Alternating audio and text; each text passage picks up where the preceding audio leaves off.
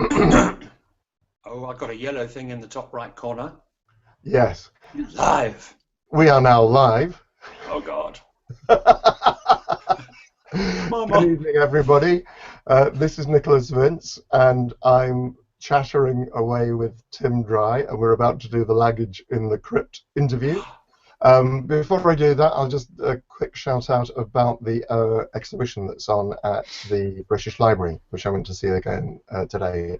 Gothic. It is just amazing. If you're in London between now and January, please do go and see that exhibition. They even have the letter that was written by Jack the Ripper to the Allegedly. police. Allegedly. Although the police at the time believed it was them. So, yes. Okay. Says Tim. Cool. So, yeah. Tim, please. Yes. Hello, Hello, Nick. everybody. All right. Because the sound cuts out. When I'm talking, you're completely dead. So I think, oh, God, is he still there?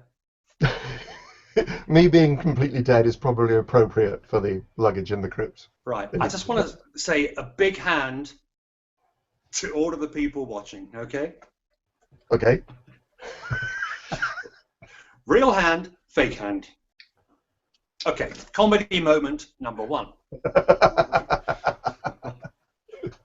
Right. So you were saying earlier on that you've got a short story coming out, an anthology on Halloween. Is that right? That's right, Nico. It's called Phobias, and it's the follow-up to, I think it was 2 years ago, an anthology called Phobophobias, which is the phobia about having phobias, edited by Dean M. Drinkel and featuring stories by Barbie Wilde, myself, Lily Childs, all of, well, most, not yourself, unfortunately. No, I'm just Oh, rubbish good. at getting the stories out, basically. This is an A to Z antho of phobias, and Dean very kindly, what did he give me? He gave me N. So I Googled phobias beginning with N. Necrophobia, nah. Fear of death, we've all got that, mate. And I came out with one called Nostophobia, which is the fear of returning home. Oh, that's really unusual. It is, because most people have a fear of sort of leaving home, you know. Anyway, I came out with a particularly deviant story. It's a dirty job, but someone's got to do it. It involves rock and roll, underage sex, and witchcraft, and total revenge. Rock and roll, witchcraft, underage sex, and total revenge. Yeah, That sounds cheerful. that's going to go on my tombstone.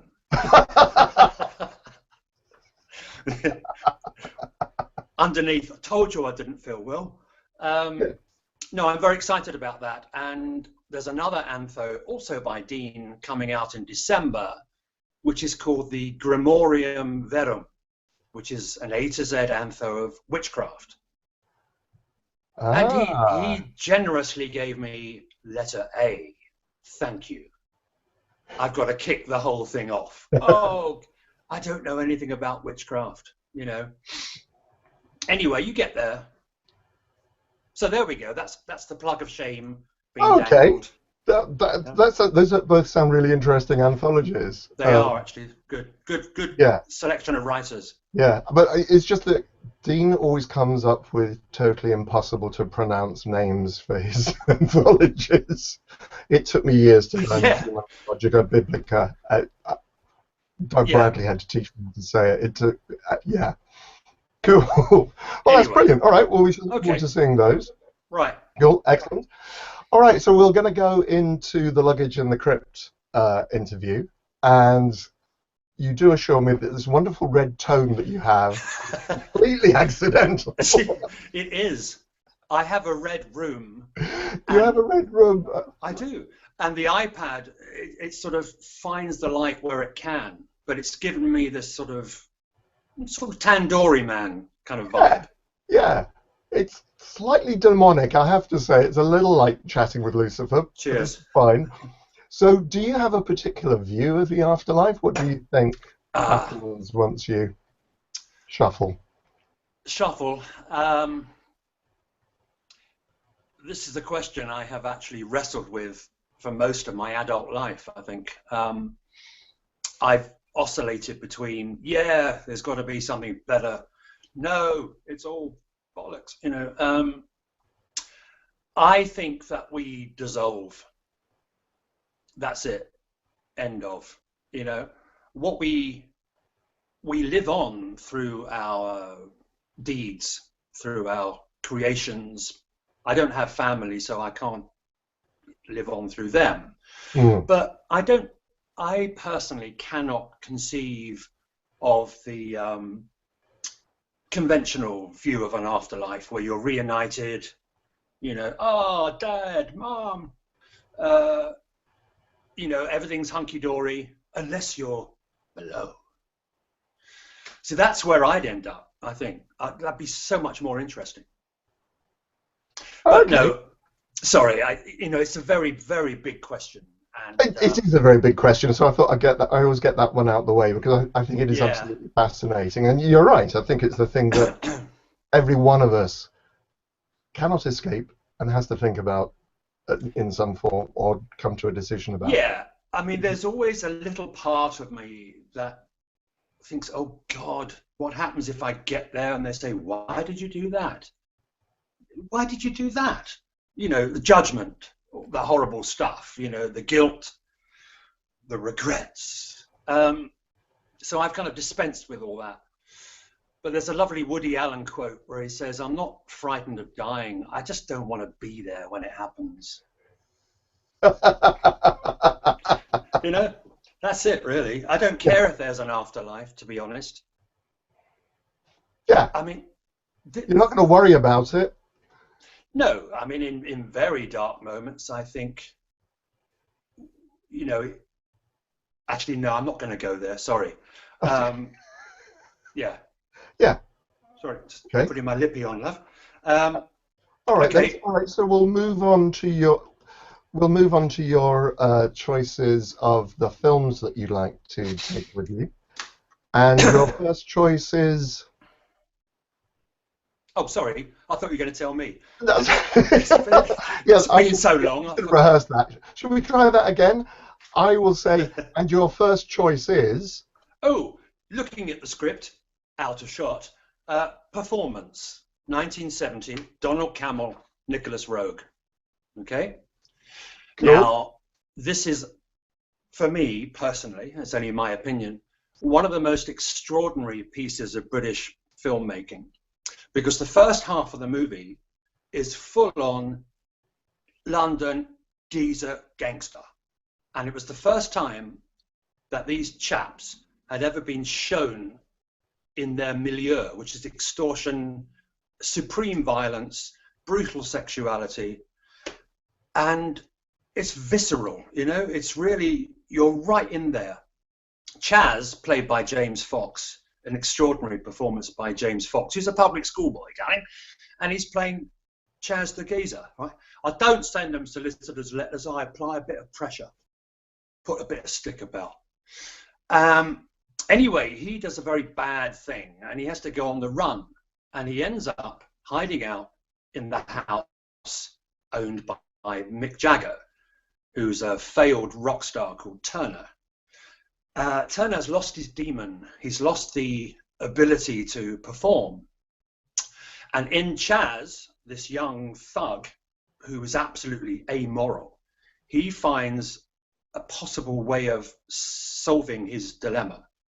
And so they ply Chaz, his girlfriend Ferber, played by the gorgeous Anita Pallenberg, they ply Chaz with drugs, and they embark on this series of mind games that completely distorts Chaz's worldview, because he's gone from East End geezer, gangster, into this decadent rock and roll lifestyle in this crumbling house in Notting Hill Gate. I'm not going to spoil a thing, but the way it's filmed, Donald Cammell wrote it, and he was very influenced by Borges, his writing, Right. and also by the guy who did Lucifer Rising, Kenneth Anger. And in fact, he actually acted in one of Kenneth Anger's short movies.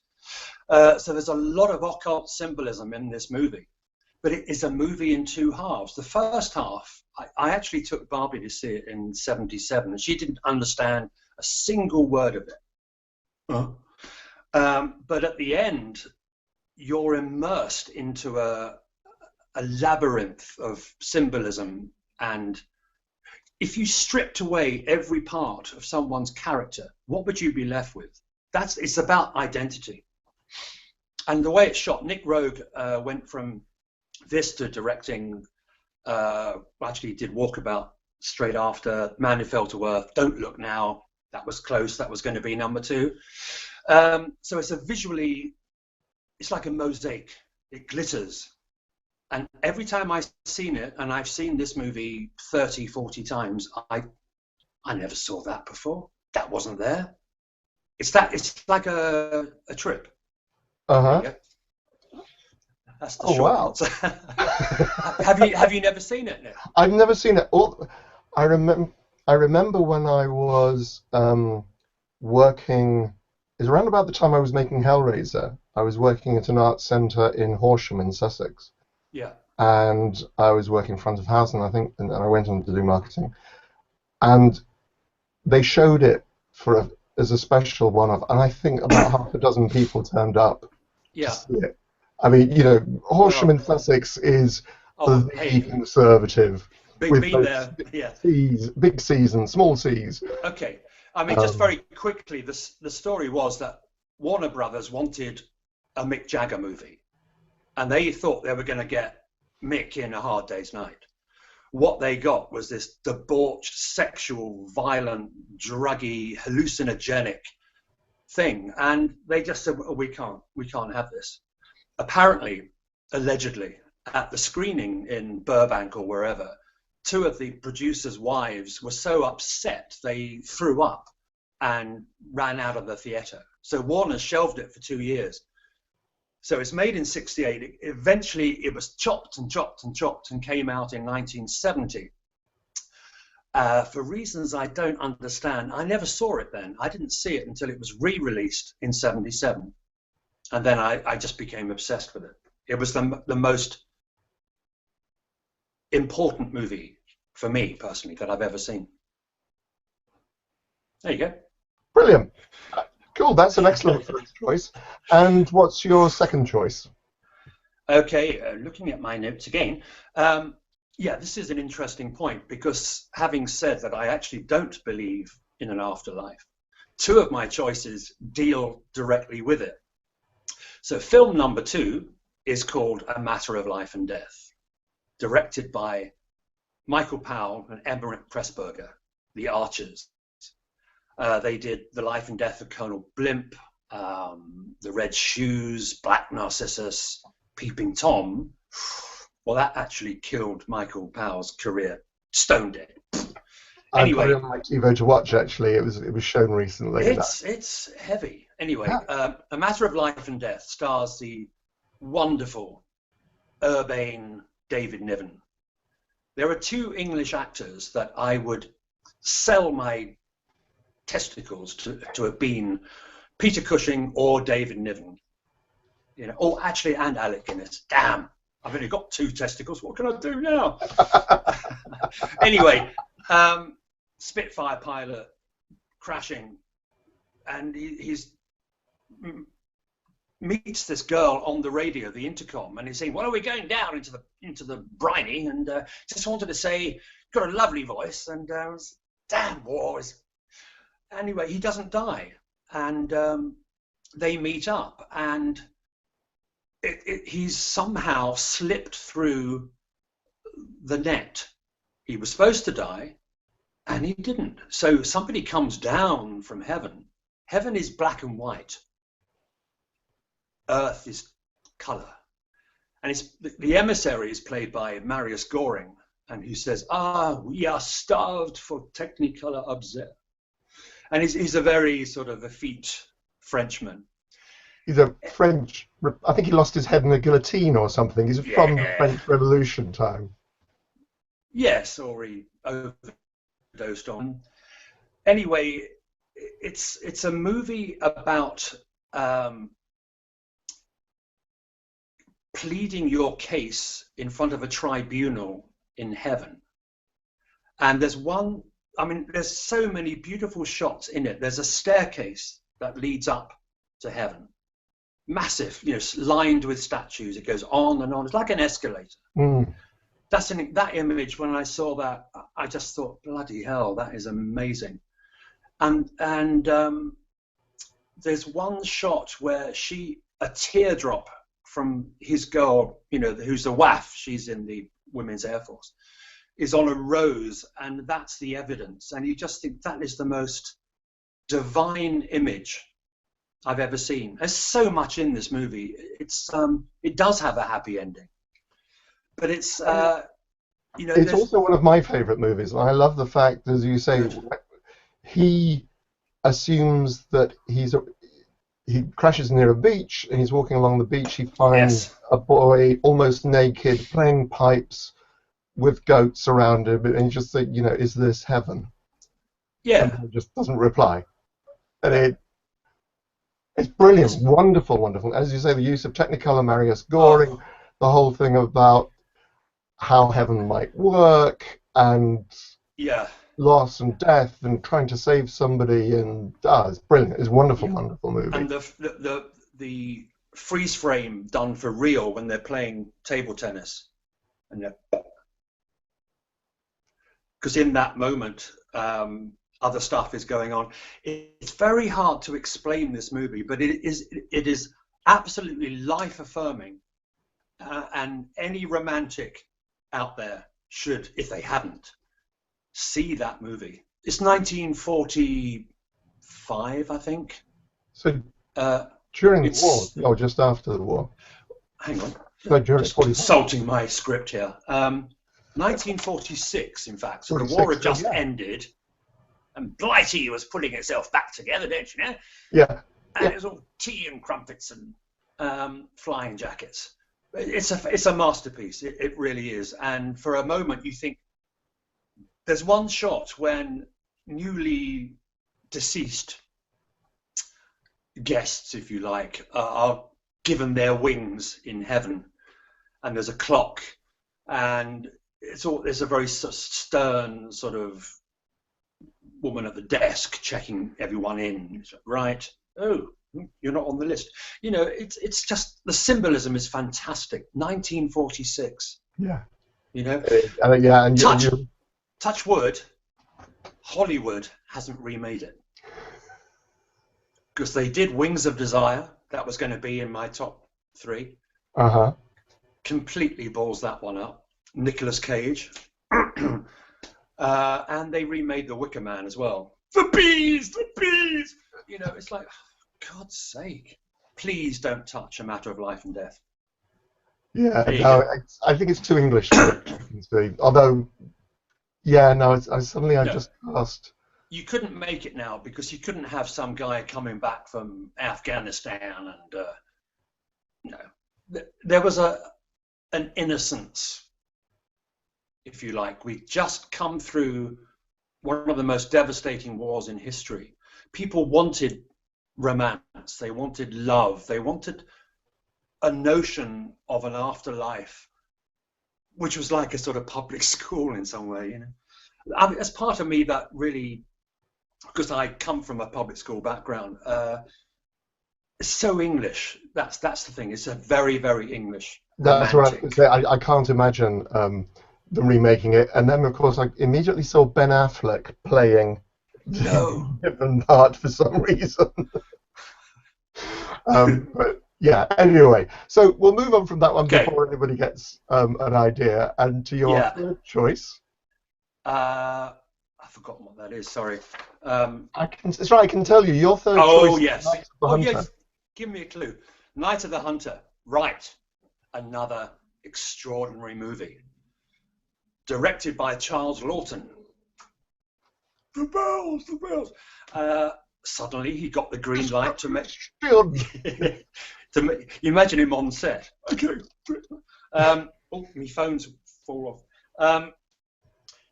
Basically, it's about a serial killer played by Robert Mitchum, who's a preacher, and he travels around. It was actually filmed in 1955, but it's got this very sort of Steinbeckian Dust Bowl, black and white, vintage, rickety car he drives around. He's got love and hate tattooed on his hands, and he wears black. He's got a preacher's hat, and he discovers that these two young children have come into the possession of a huge amount of money which they have stashed inside the girl's teddy bear. So he's on the road tracking them, and there's some I'm very, very drawn to the visual in a movie.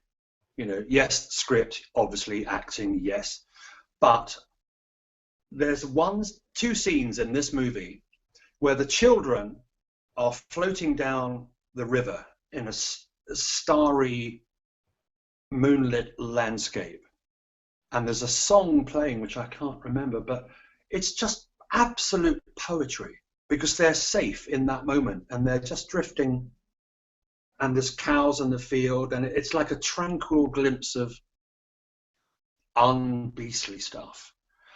And there's another shot with Shelley Winters, who's been drowned in her car under the water, and her hair is sort of flowing, and every shot is just fantastic. And Robert Mitchum delivers this whole scene to camera where he's talking about brother left hand and brother right hand.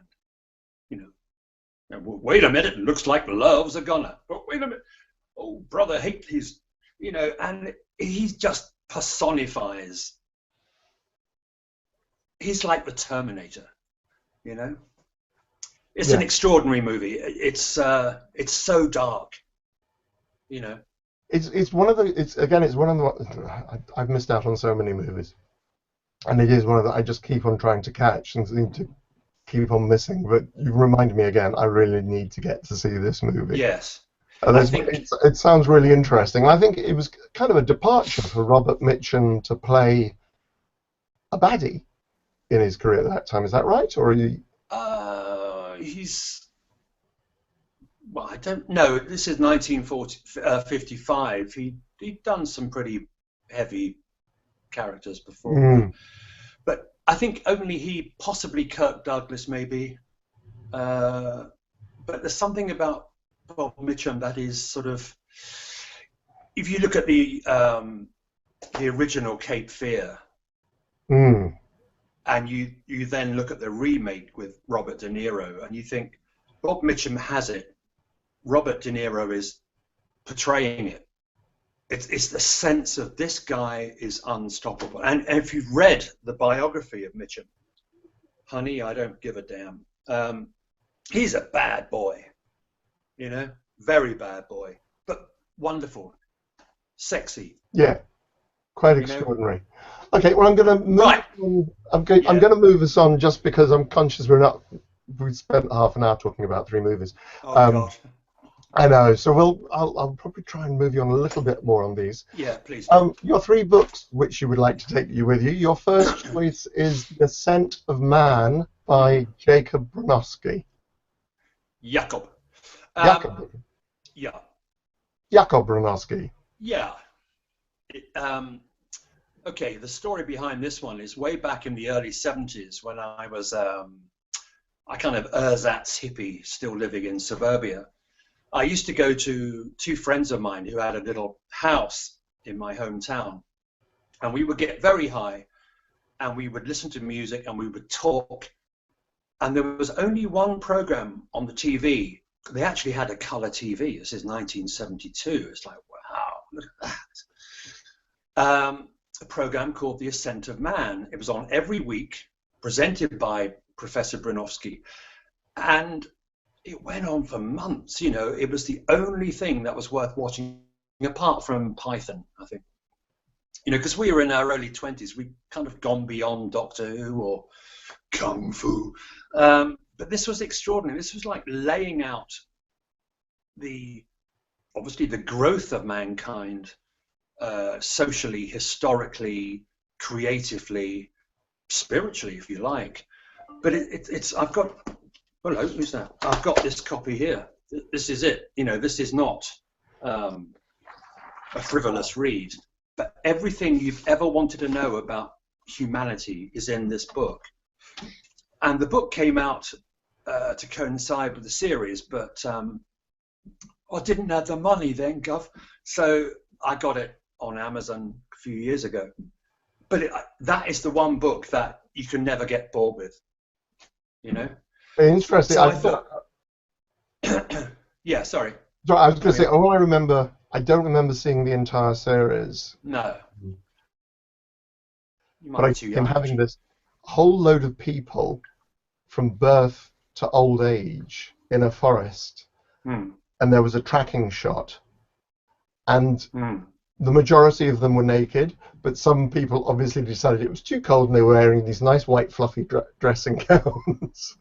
But he was kind of literally showing the whole aging of man through showing about 40, 50 people naked and, you know, bodily changes and so on. See, what was so endearing about him, he's dead now. I think he was the last person to be buried in the old part of Highgate Cemetery. Really? Fact for trivia fans.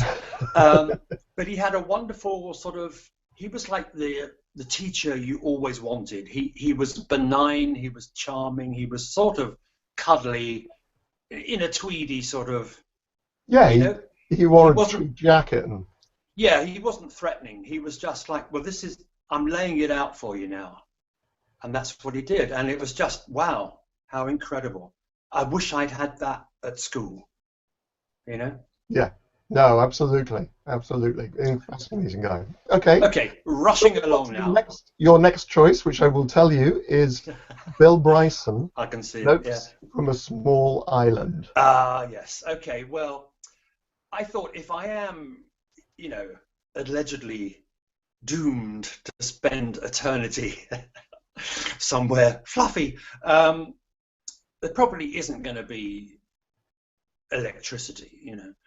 And I thought, okay, I'm definitely taking the Ascent of Man, but I might like some light reading to sort of balance out. You know, I've only got the rest of eternity. I might as well fill it. Now, Bill Bryson, again, he's cuddly. I don't know what it is. I went to see him giving a, what do you call it, a sort of talk at Kensington Town Hall.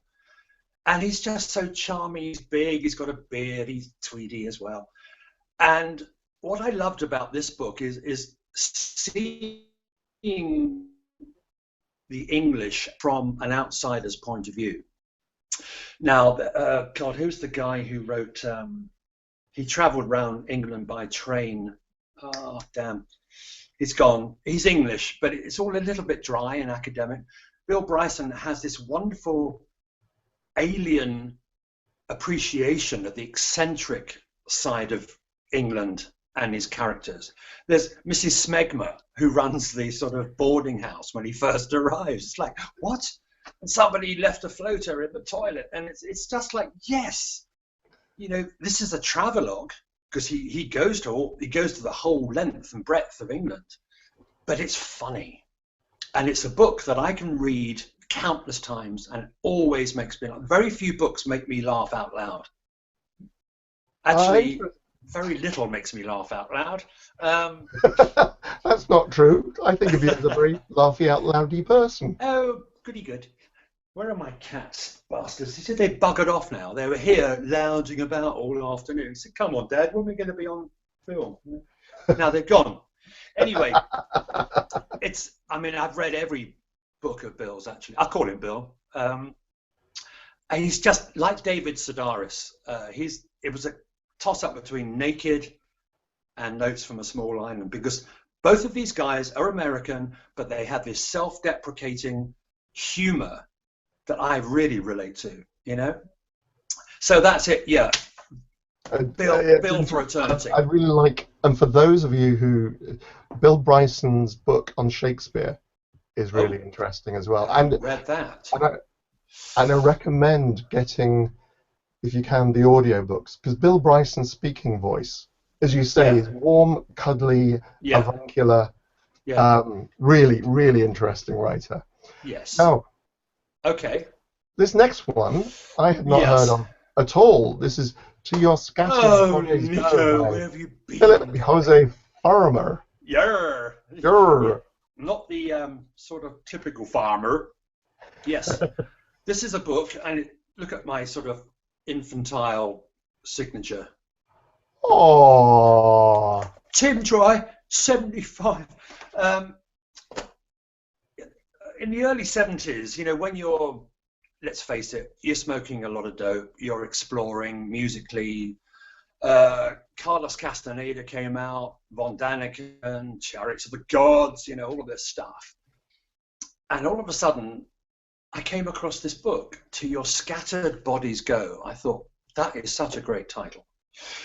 Okay, now this is fiction. I thought, if I'm going to be in eternity, I want a fantasy. And this is a fantasy about the afterlife. So Richard Burton, the famous explorer, not the broadsword calling Danny Boy actor, dies, as he did in real life, and wakes up and finds himself in an infinitely large room with all these naked bodies stacked for infinity, revolving slowly. They're sort of rotating. They're kept floating by some unseen power, right?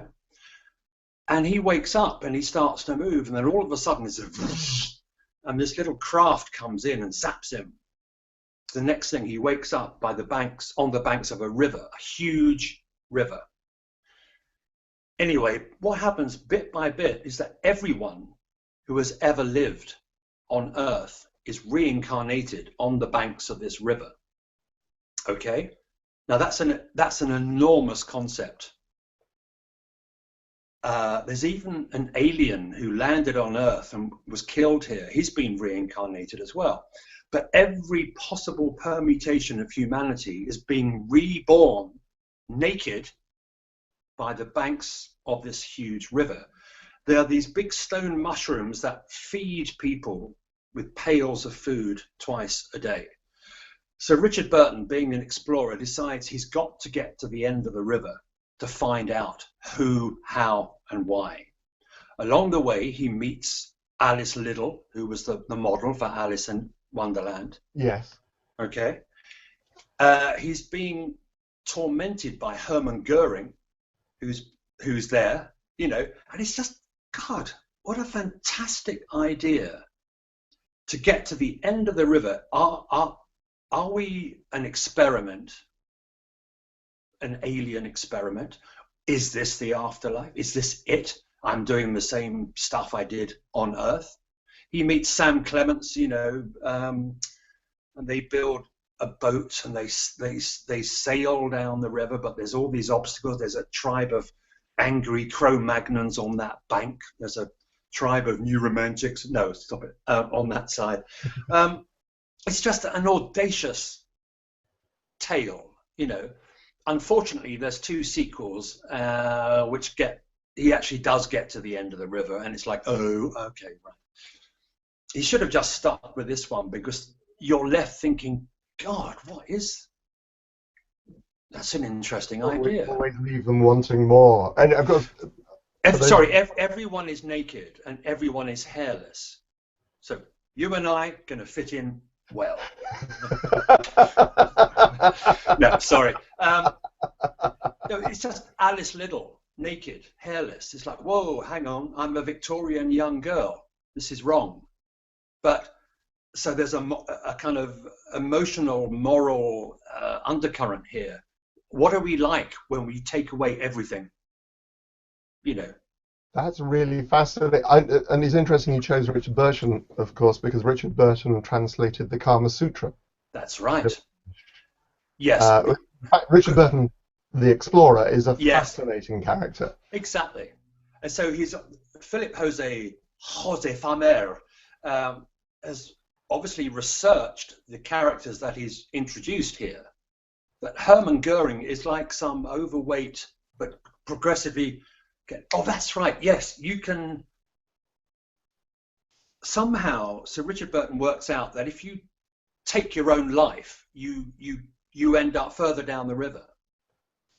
So it's like, okay, whoosh, oh, great, I'm further along. But Hermann Goering's doing this as well. But every time he does it, he gets thinner.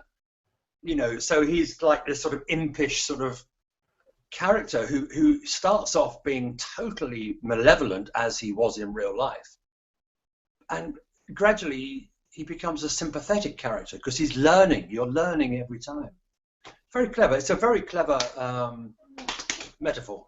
That sounds fascinating. Okay, well, moving on. We'll move on to your songs or albums or concertos or film scores, and your first choice is Revolver by the Beatles. Yes, a little-known beat combo from the north of England.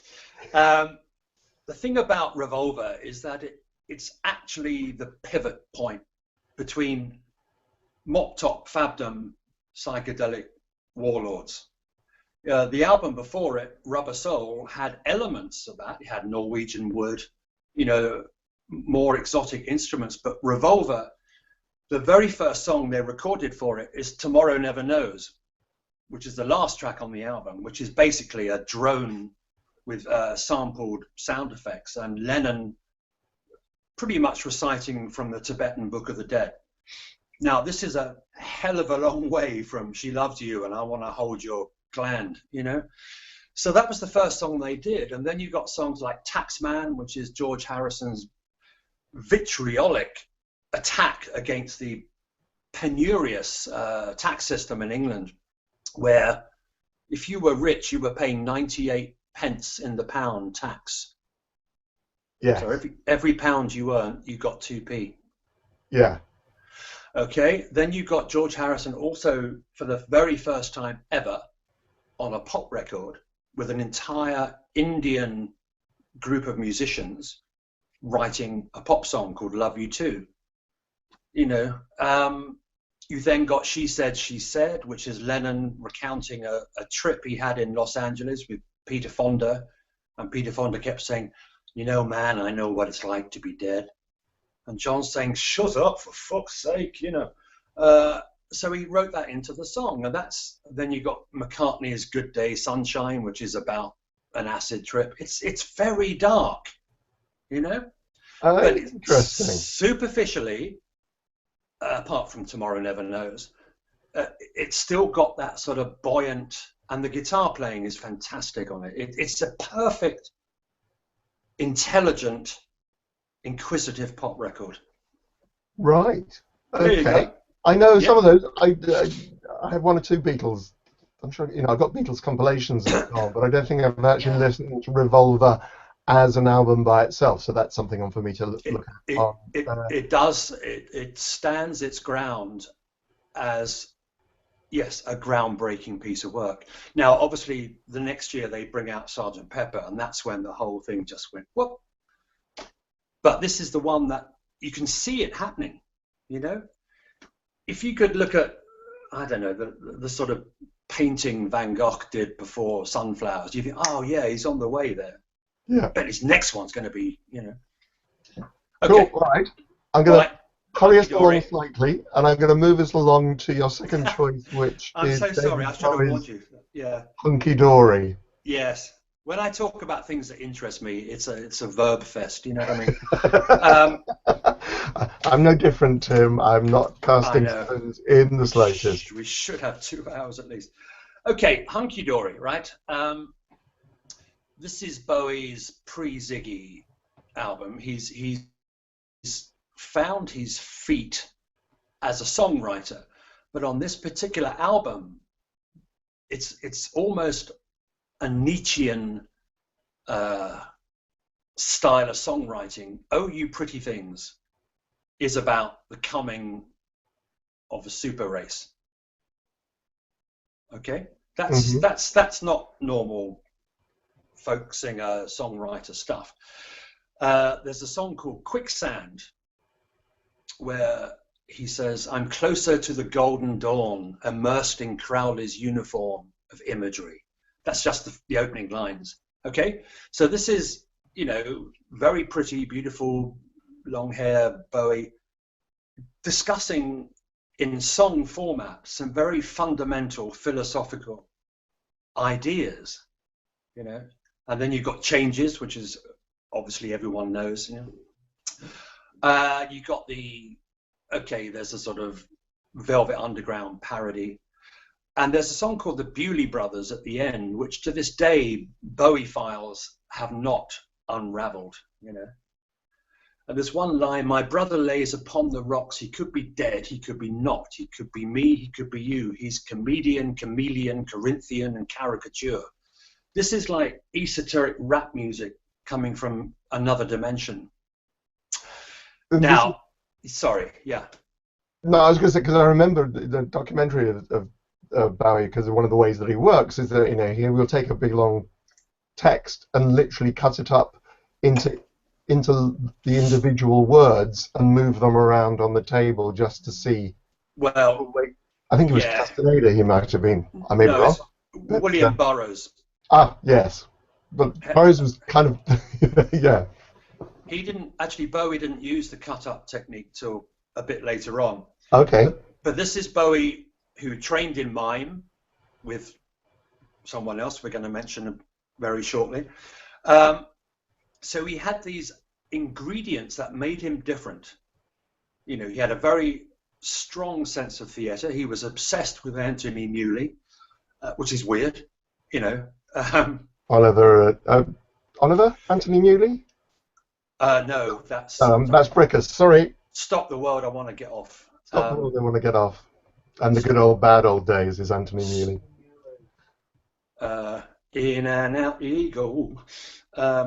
Anyway, so yeah, there's Bowie who's had one hit in '69 with Space Oddity and then nothing, and slowly he's putting together the idea of what would happen if I played the part of a rock and roll star, and he was going to write Ziggy as a musical.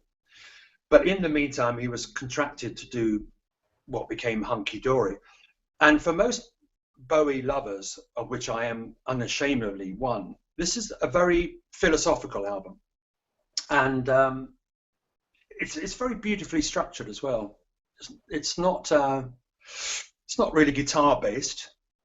You know, there's acoustic guitars more than electric guitars, and there's a lovely song to his newborn son called, well, he's now Duncan Jones, obviously the director of Moon, but then he was called Zoe Bowie, and I actually met him when he was 4 years old.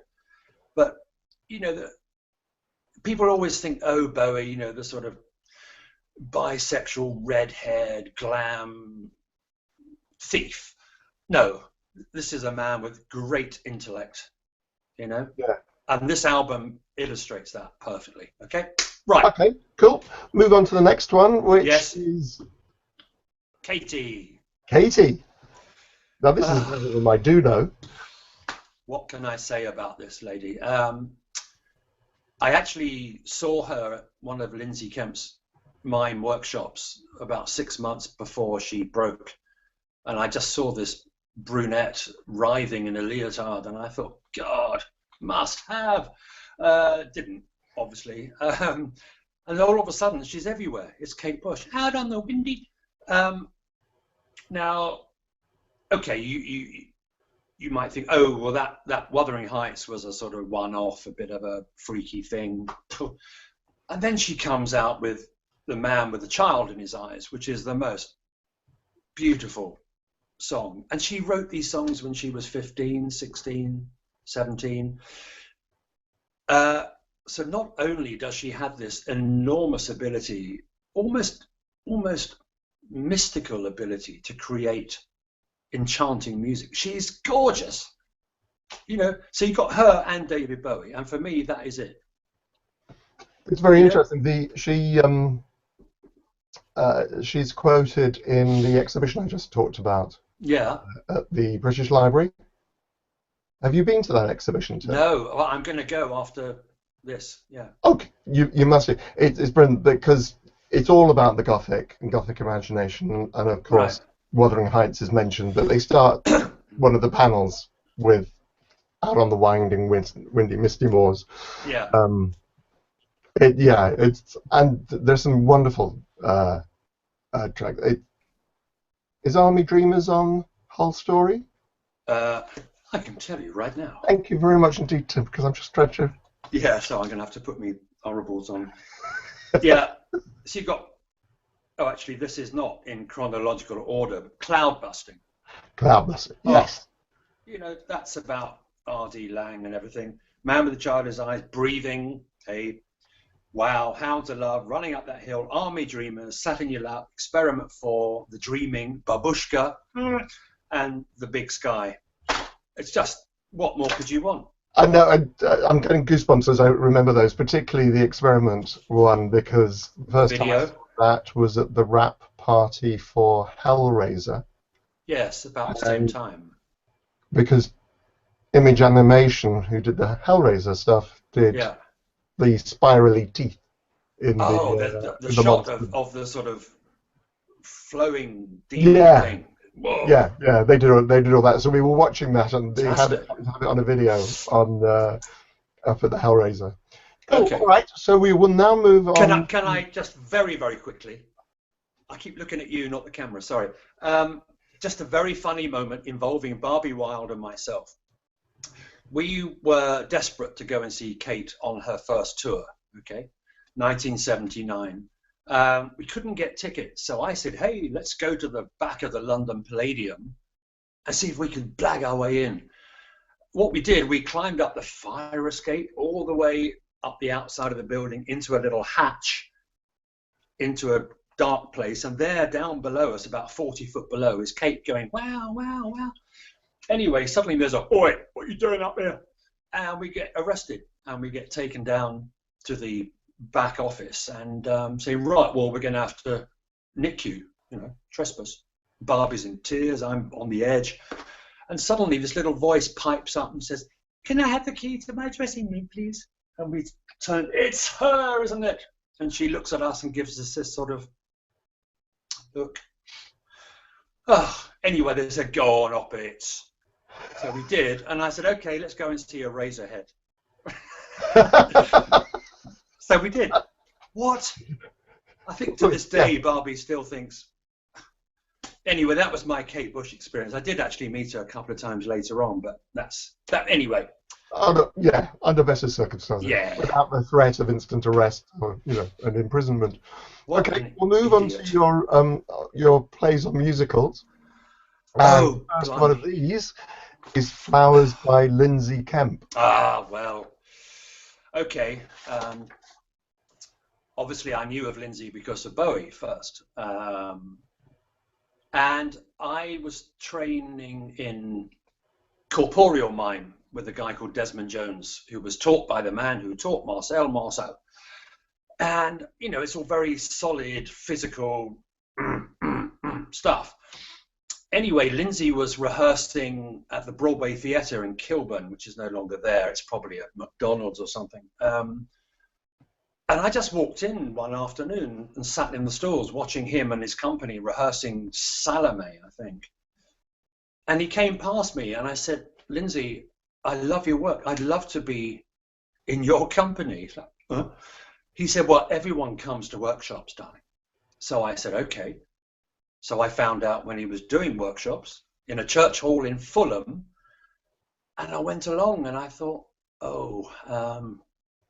everyone's sort of very pretty and very dancey, they're all sort of leaping and flexing and we did lots of sort of, he's very big on dyeing, Lindsay, we had to be sheaves of wheat that were cruelly cut down and suddenly growing up again. I thought, yeah, liking this is good.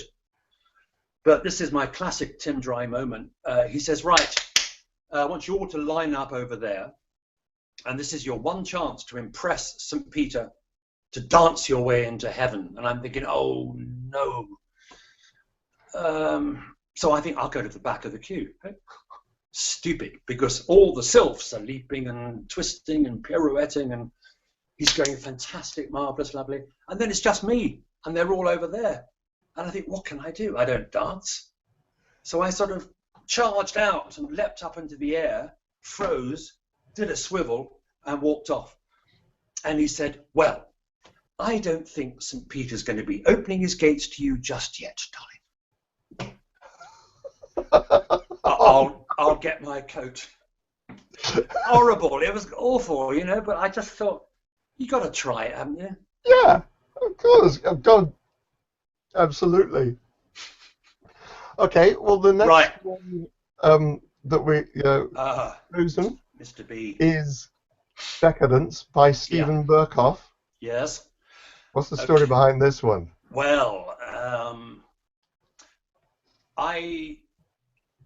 in the sort of mime community, everyone knows what everyone else is doing. And I remember I was in a group with Desmond Jones.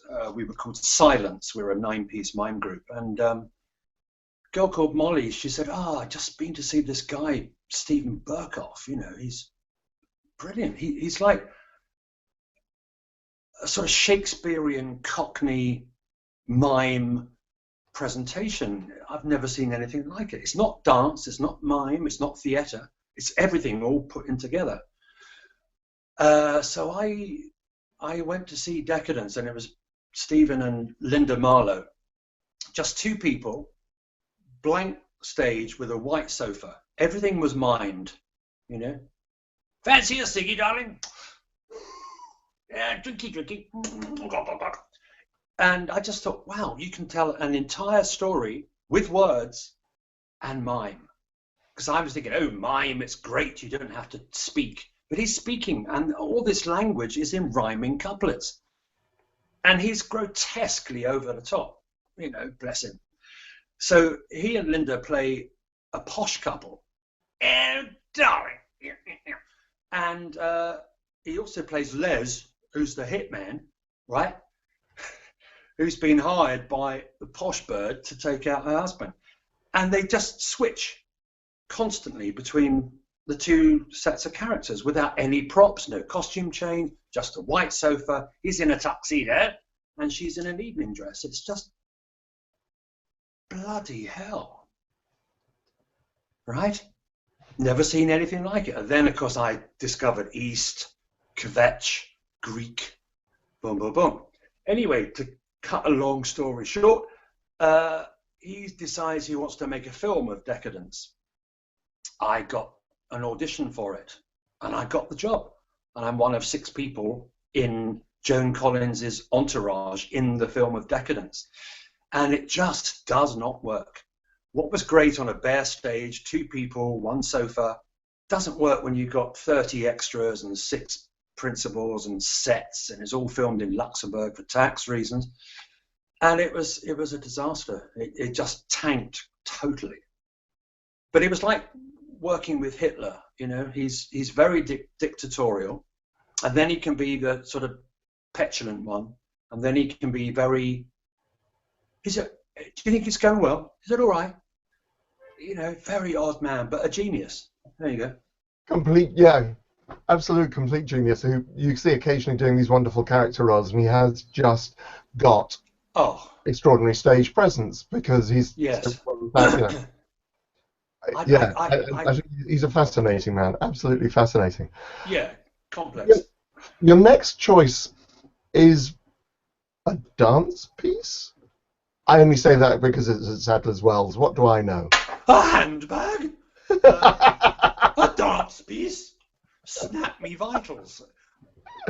Okay, well, this is... Sorry. Okay, we're now in 1982, 83, okay? Now, Sean Crawford and myself at Tick and Tock, we're doing really well with our robotic mime, our puppet mime.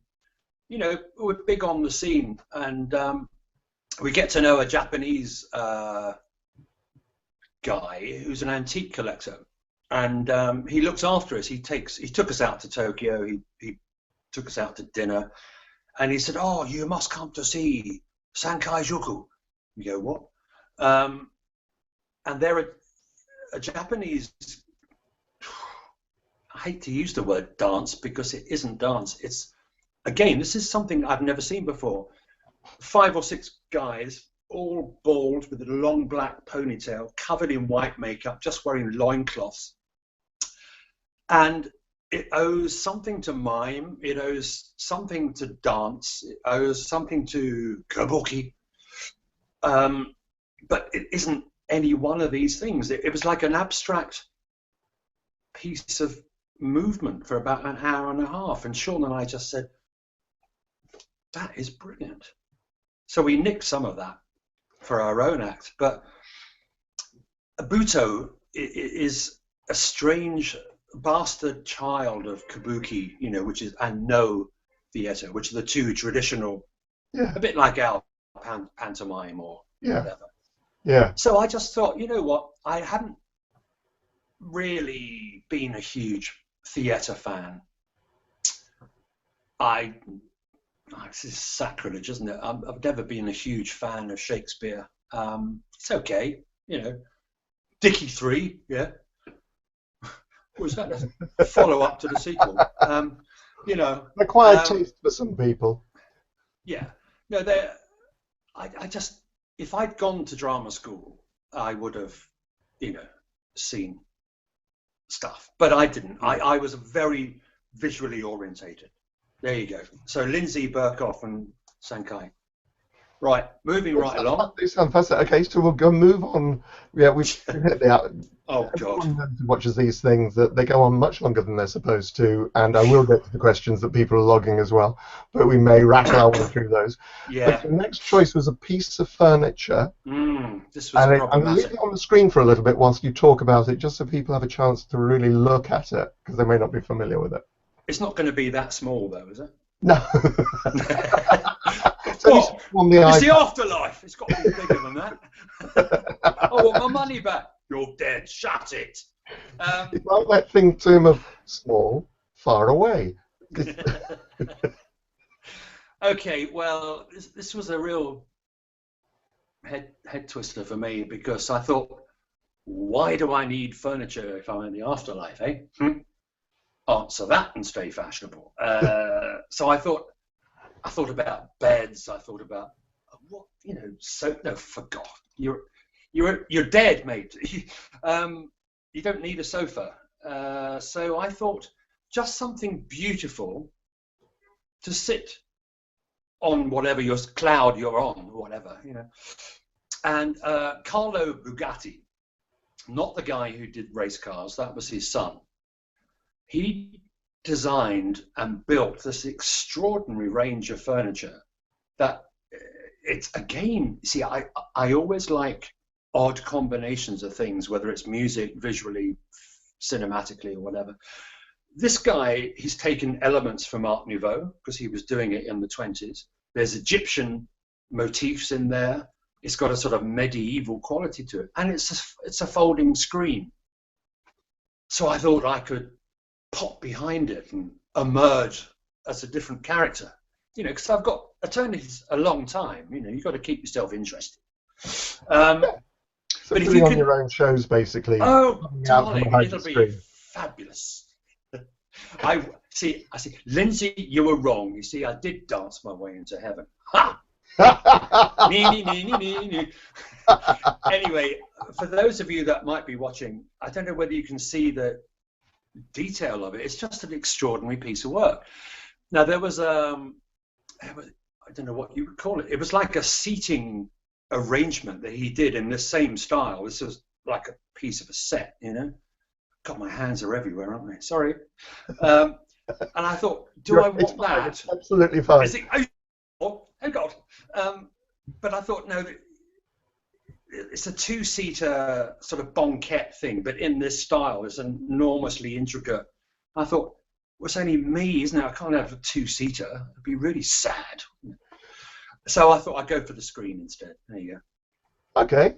That makes perfect sense. But I'm completely convinced you're going to be doing there is a clip somewhere of Peter Sellers and Princess Margaret, and Peter Sellers has this screen in the middle of his back garden, and he just keeps on walking around the screen, and every time he comes out, it's a different character. Yeah, that's the Yeah, and he thing, isn't drags it? Princess Margaret behind it, and she comes out as a different character, and he Oh, slaps really? her on her head. Yeah, endless I, possibilities with that. okay, right. Now, okay, so I haven't got a picture for the next one because unfortunately it didn't download. What? But your favorite food, your favorite food. Oh, we haven't done painting yet. Sorry. No, we haven't. Yeah, that's going to come Okay. up. Again, tricky, but I had to decide on Thai food because I like small amounts of lots of different things. You know, having grown up through the 50s in England, we get mounds of stuff, you know, Sunday lunch, school dinners. What? Um, when I discovered Asian food when I don't know, I was probably quite young, but I just thought, oh, wow, this is, hey, you only got four of those. That's brilliant. But Thai food, so many sexy tastes, you know? It's one of my favorite cuisines as well. When I used to work in an office, we used to get a free Thai meal once a week in a local Oh, restaurant. Pad Thai done with proper yes. tamarind Yeah. oil. Yeah. Just blew my. And the fact to have peanuts on noodles and Yes. Yes. Yes. fingers. Yes. Yeah, Yeah. yeah, So it was going to be that or tapas. Again, same principle. Lots of tasty little things. yeah, So you yeah. haven't got to wade through a sort of, you know, Big mountain of bangers and mash, yeah. which is what I've eaten twice in the last couple of days. But yeah, There okay. we go. Okay. Cool. All Yep. right then. So we're now Right. going to move on to your choice. I've never seen this picture before in my No, life, and it is. it is. I'm gonna leave this one up here for a while, just so people can, if they can zoom in on it on their things, or Yeah, you need to. Okay. Well, Max Ernst, one of these sort of, you know, sort of associated with the Surrealist movement in France.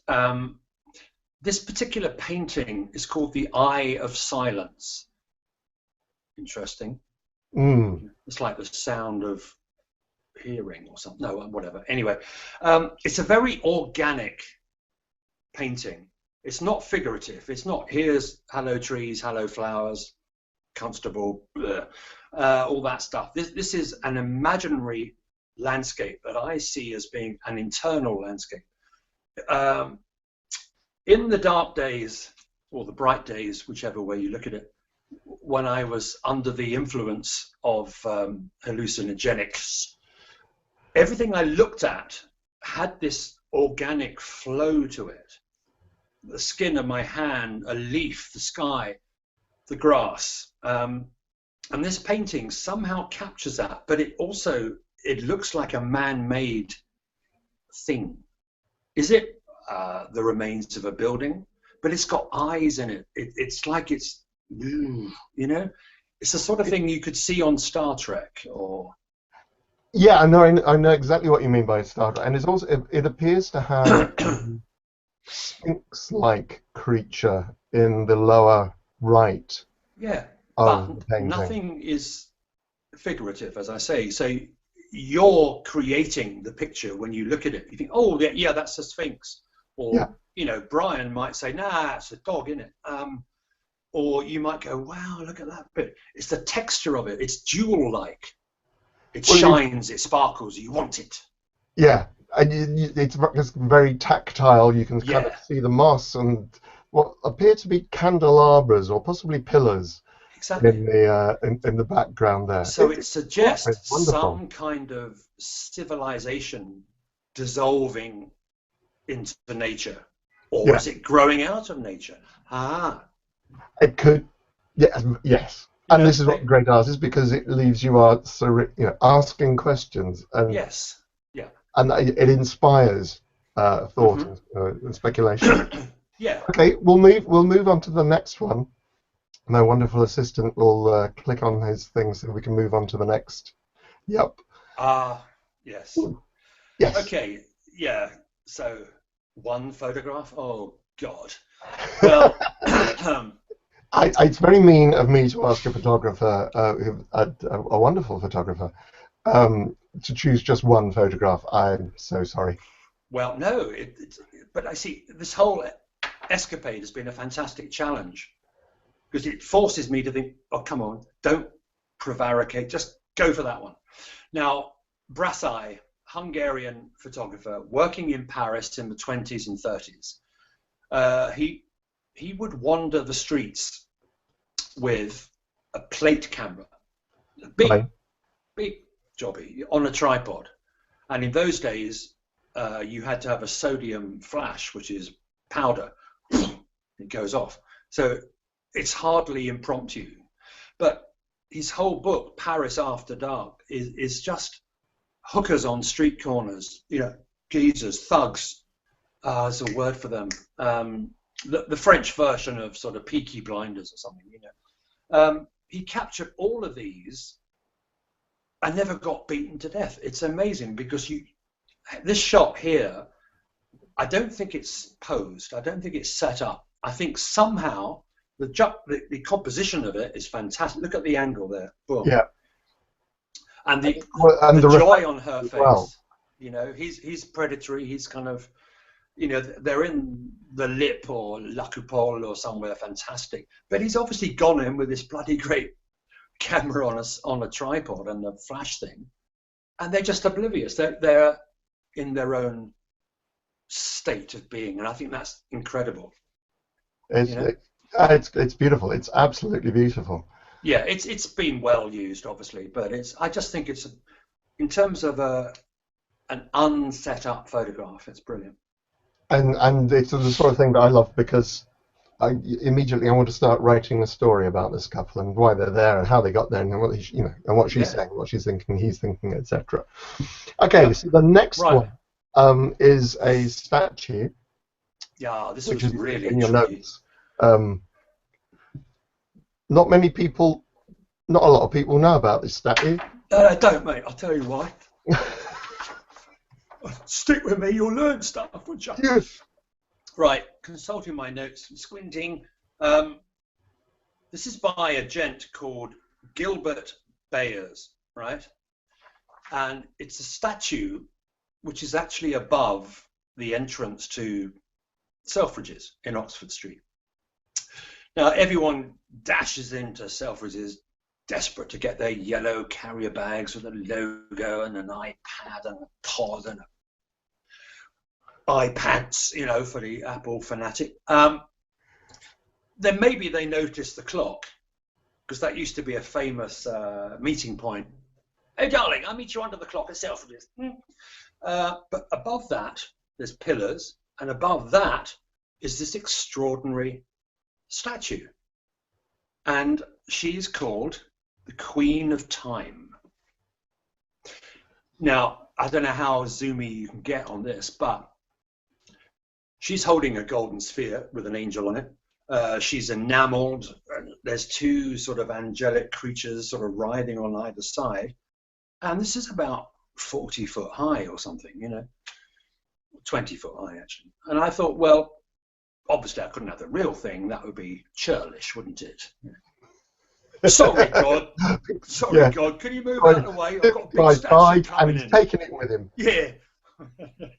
I'm not afraid to use it. No, just a little sort of, you know, repro that I could look at and think, that is exquisite. Every detail of this sculpture. But what I love about it is the perversity of the fact that it's there and no one sees it. That's the thing about London. No one ever looks up. It is true on that, and I'm a huge fan of London because of the statues that you find in London. Yeah. I just randomly scattered around, and if you, as you say, if you look up, if you're going up Regent Street, in fact, you mentioned iPads and Apples. Have a look above the entrance to the Apple store. Yes. And there's a most wonderful mosaic there. I did it just the other day, actually, and I thought, what was it before? Oh yeah, I can't remember. I actually put this up on. It's on my Instagram. If you go to my Instagram, you'll put and scroll back far enough, you'll find it because I was absolutely. Okay. Yeah. Right. Absolutely. All right. Let's rush. We're going to move. Yeah, we're going to go on to the next one, which is, what costume would you like to be buried in? Okay. Well, I know people would think, oh, he's going to go for a Dracula cape, or he's going to go for a Burkoff suit. No, I was obsessed with the film Ben-Hur when I was a kid. I saw it 13 times, I think, from the age of 7 onwards. Masala was the baddie, and he was cruel, evil-hearted, wicked. He had a fantastic dimple in his chin, and I used to sit for hours holding a pencil, hoping to get a dimple. No, got pencil rash. Anyway, the ultimate scene in the movie is the chariot race, which most people know about, and it's an extraordinary 15-minute visceral. You couldn't film it in the same way today. It's all done for real. Anyway, Masala's outfit is just monumentally arrogant, and it's black, and it looks silver, but unfortunately it was gold, but I would go for the silver version. But he had the helmet, the sort of winged helmet, he had the sneer, he had shoulders, he'd got bracelets on, and it's a skirt with nice boots, which you can't see. But he is just so out there. And of course he meets a horrible end, but I thought, yeah, why not go for that? Yeah. It's either that or the White Rabbit, I'm late, oh no. All right, so right, there you go. We're almost there's one last question now. We mentioned an apologia. Oh, as you get to the pearly gates. Yeah. Lindsay Kemp is not there. You're not going to, St. Peter is not going to ask you to dance through. Thank you. So what am I doing? I got to apologise for stuff? Well, just what? How long have you How got? would you sum up your life? Oh, you're wrong. You don't dissolve. Christ. And this kind of one of the questions we were asked, we have been asked earlier on, was from how would you describe your attitude towards the human condition? Yes, well, I think we're going to get to that one. Do I have regrets? Yes. Okay. Yeah. I know some people say, hey, what's the point of having regrets already? I say, well, there are things that I wish I hadn't said, thought, done. Yeah. Okay? I'm a human being. There's many things that I would, if I had the chance to do them again, would I make the same mistake? Am I that stupid? I don't know. But yes, I was married. I blew that one, I think. Or maybe we both blew it. But there were things within that I would not have done. Yeah, I'm sorry. It's Woody Allen again. It's like, if I had the chance, I'd do everything exactly the same, but I wouldn't go and see the makers.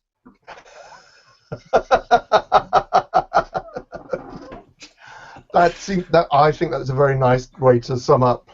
Yeah, that to me. It's a cheap get out, basically. Oh no, that's yeah.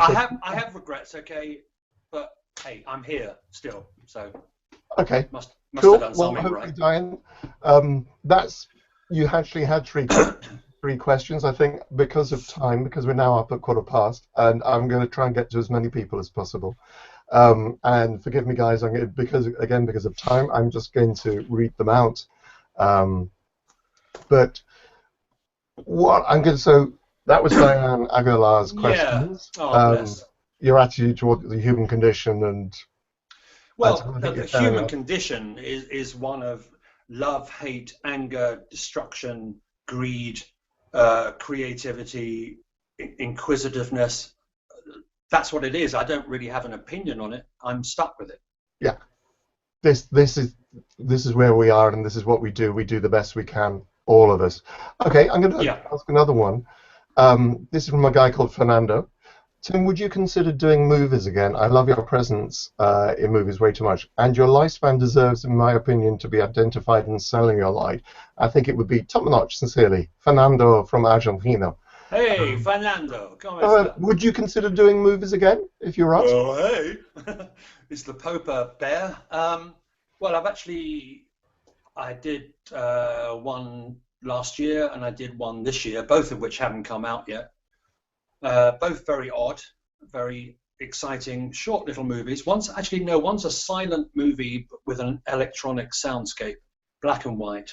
It's called Le Accelerator, directed by Thomas Ikram. That'll be out end of this year. I did a short called Peer Pressure, which also should be out this year. So yes, I love it. I need more. I demand more. Demand more. That seems like a very sensible idea. Oh, I'm not going to be in episode 7 of Star Wars, which is the question everyone asks me. Right. I would. But they haven't asked you. Bastards. Well, the other question on a very similar topic is from our friend Eric. Is it, have you auditioned for Doctor Who as a villain or a Time Lord? Have I what? Auditioned for Doctor Who as a villain or a Time Lord? I think the problem I have is that the agent I still have sees me as a vehicle for TV commercials and has not really concentrated on other aspects of my enormous talent that I could utilize. I would love to be a Doctor Who villain. I'd love to be a villain in anything, you know, and a nice guy too. Yeah. Villains are, generally speaking, villains can be fun to play.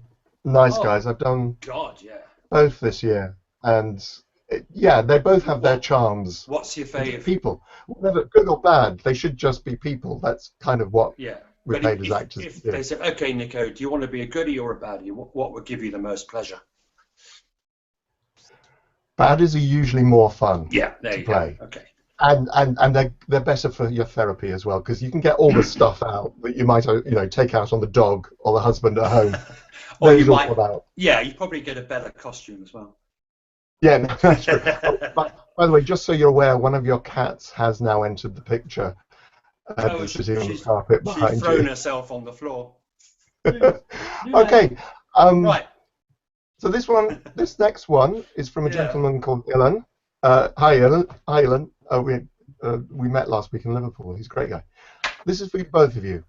What are your views on prosthetic makeup versus digital animation regarding performance? If some big budget studios favour a leotard with dots over complex costumes, it's just the word leotard. It's like Leotard. I remember the first time I ever wore a leotard, all the hair on my legs came through. A girl just looked at me and said, "Hey, it's enough to put you off sex forever." That. Ooh. Right. Yeah. So, what do we think? Well, having asked this question, what do you think, Tim? Having spent a fair amount of my youth in latex, purely on a professional level, I hasten to add, I think the reason why I and the other mimes were hired for Star Wars is because we could give life to a costume because we're in it.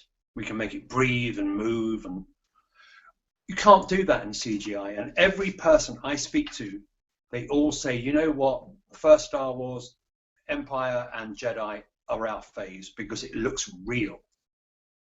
If you've got 8,000 robots all CGIing across the screen, that's not exciting. That's like, how clever am I? Yeah. Nico, it's interesting. I've got a friend who works for Imaginarium, Andy Serkis, and I've seen some stuff. And I think he's good. Yeah. You have, and when you've got the dots on the eyes and you're actually tracking the facial expression, I think it's a lot less easier to get off, presumably, than makeup, having worn chaperone and kid schemes, or from a practical thing. Well, I can see the attraction of it. Have you ever come across this thing called Prosaid? Ever had that? Prosaid. Oh, yes. You know it? Yeah. That's like 4 days of picking out bogey-sized bits of stuff from your ears. Yeah. But it does the job. That ain't coming off. No, absolutely.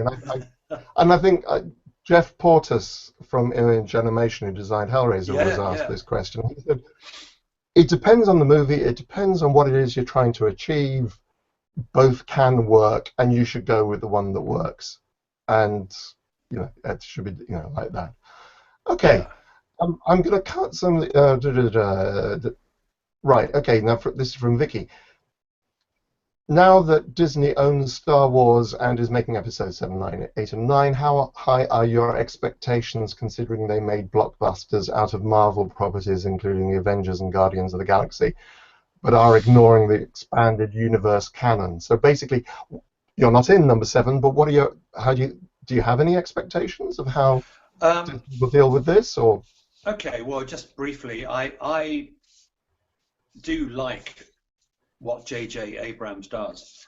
And when I heard that he wanted to go back to a more vintage way of filming Star Wars, which it would involve people like myself, but obviously 30 years younger, in a costume and CGI, I think that was very exciting. If he can pull that one off, it'll satisfy the old school fans, it'll satisfy the CGI fans who do want, massive stuff happening everywhere. So I feel quite optimistic.